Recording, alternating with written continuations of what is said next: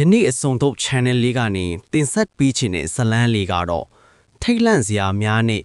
တောင်ပြတန်းစီတို့ခြိလန်းတစ်များဆိုတဲ့ဇလန်းလေးပဲဖြစ်ပါတယ်။ဇလန်းလေးကိုမစတင်ခင်မှာကျွန်တော်တို့ရဲ့အစုံတော့ channel လေးကနေစိတ်ဝင်စားစရာဇလန်းကောင်းအများကြီးကိုတင်ဆက်ပေးတော့မှာဖြစ်တဲ့အတွက်ကြောင့်ကျွန်တော်တို့ရဲ့အစုံတော့ channel လေးကို like and subscribe လေးလုပ်ပေးသွားဖို့မေတ္တာရပ်ခံအပ်ပါတယ်ခင်ဗျာ။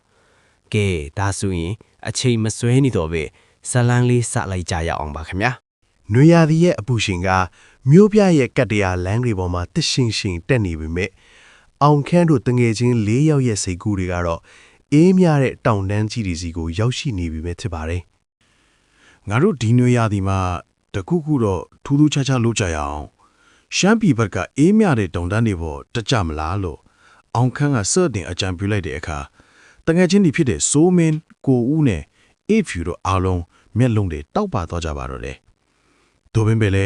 စိတ်ကူးရင်ရတာလွယ်သလောက်တကယ်လက်တွေ့မှာတော့မိဘတွေကိုခွင့်တောင်းဖို့ကတောင်းတရတာထပ်ပိုခက်ခဲမယ်ဆိုတာသူတို့အားလုံးသိကြပြီးသားဖြစ်တာကြောင့်စိတ်ထဲမှာတွေးပြီးပူနေကြပါတယ်။အောင်ခန်းရဲ့စိတ်ထဲတွေးမိနေသည်မှာမိ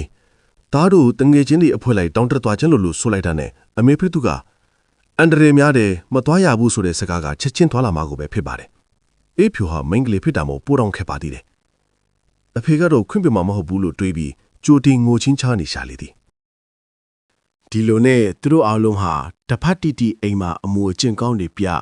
အိမ်လုတ်တွေကူလုတ်ပြီးမှအစီအစဉ်တကျရေးဆွဲထားတဲ့သူတို့ရဲ့ခီးစဉ်စရာတွေကိုမိဘတွေကိုပြသခဲ့ကြပါတယ်။သားတို့လူကြီးတွေဖြစ်နေသည်ဆိုတာသက်သေပြခွင့်ပေးပါဆိုတဲ့အောင်ခန့်ရဲ့စကားနောက်မှာတော့စိုးရင်စိတ်တွေချားကနေပဲမိဘတွေစီကသွားလီဂယူးဆိုင်ကြနော်ဆိုတဲ့ခွင့်ပြုချက်ကိုခက်ခဲရရှိခဲ့ကြပါတော့တယ်။ခွင့်ပြုကြရပြီးတော့တငယ်ချင်းတစုရဲ့ပျော်ရွှင်မှုကအတိုက်ထက်အလွန်မှာပဲ။တောင်တက်ဖို့ပစ္စည်းတွေထစ်တဲ့တောင်တက်ဖနတ်ကြောပို့အိတ်မီးအိမ်စီးတီတာနဲ့ညဘက်ဆိုရင်กินစားဖို့အသားတွေကအစာအသေးစိတ်ပြင်ဆင်ကြပါတော့တယ်။ငါတို့တောင်ထိပ်မှာကျဲရီကြည့်ရင်တချင်းဆိုကြမယ်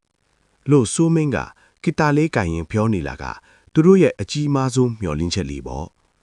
နောက်ဆုံးမှာတော့စောင့်မျှော်နေတဲ့ခရီးထွက်မဲ့မနက်ခင်းကိုရောက်ရှိလာပါတယ်မနက်အစောကြီး9 နာရီမှတင်အားလုံးကမြို့ပြင်ကားဂိတ်မှာစုံနေကြပြီပဲဖြစ်ပါတယ်အားလုံးအစင်းသင့်ပဲလားဟဲ့အောင်ခန့်ရဲ့အော်ဟစ်လိုက်တဲ့အတန်းကနက်နက်ခင်းရဲ့ညင်သိမှုကိုဖြိုးခင်းလိုက်ပါတော့တယ်သူတို့ရဲ့အိမ်မက်တွေအပြည့်နဲ့ကြောဘိုးအိတ်ကြီးတွေကိုကိုစီကိုကားပေါ်ကိုတင်းလိုက်ရင်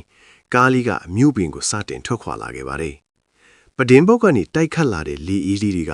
သူတို့ကိုကြိုးဆိုနေတယ်လို့ပါပဲ။တောင်ပြတန်းကြီးတွေကအဝေးကနေသူတို့ကိုလှမ်းခေါ်နေတယ်လို့ခံစားရရင်ဒီခီးကငါတို့ဘဝရဲ့အမတ်တရအရှိဆုံးခီးဖြစ်မှာအသေးချပဲလို့ကိုစီတွေးရင်အထက်တန်းကျောင်းတော်အစ်စုရဲ့တောင်ပြတန်းစွန့်စားခံကတော့တရဝင်စတင်လိုက်ပါပြီ။ဟုတ်ကဲ့ပါခင်ဗျာ။ထိတ်လန့်စရာများနဲ့တောင်ပြတန်းစီတို့ခြေလန်းတင်များဆိုတဲ့ဇလန်လီရဲ့အပိုင်းတစ်ကတော့ဒီမှာပဲပြီးဆုံးခဲ့ပါပြီ။အပိုင်းနှစ်လီကိုတော့နောက်နေ့မှာဆက်လက်ပြီးတင်ဆက်ပေးမှာတယ်လို့စောင့်မျှော်နားဆင်ပေးကြပါအောင်ခင်ဗျာ။ဇလန်လီကိုအချိန်ပေးပြီးနားထောင်ပေးခဲ့ကြတဲ့တဦးချင်းစီတိုင်းကိုကျေးဇူးအများကြီးတင်ပါတယ်။နောက်နေ့မှာပြန်တွေ့ကြတာပေါ့။